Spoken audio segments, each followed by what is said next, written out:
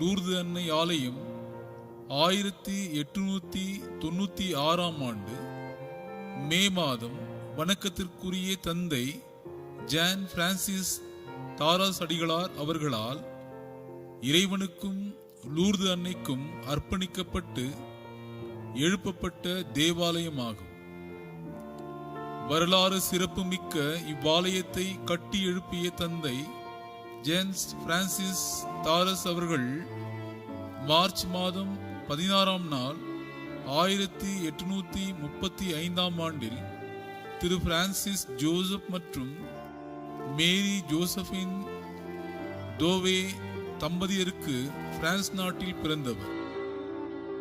இறை பக்தியில் வளர்ந்த இவர் 1859ஆம் ஆண்டு ஜூன் மாதம் 16ஆம் நாள் குருவாக திருநிலை பெற்று பாண்டிச்சேரி மறைமாவட்டத்தில் பணியாற்றி வந்தார். இறை ஏவுதலால் சேத்துப்பட்டில் பல மக்களை கத்தோலிக்க மறையில் இணைத்து நற்செய்தியை போதித்து இங்கு வாழ்ந்து வந்த மக்களுக்கு லூர்து அன்னையின் ஆலயத்தை கட்டி எழுப்பினார்.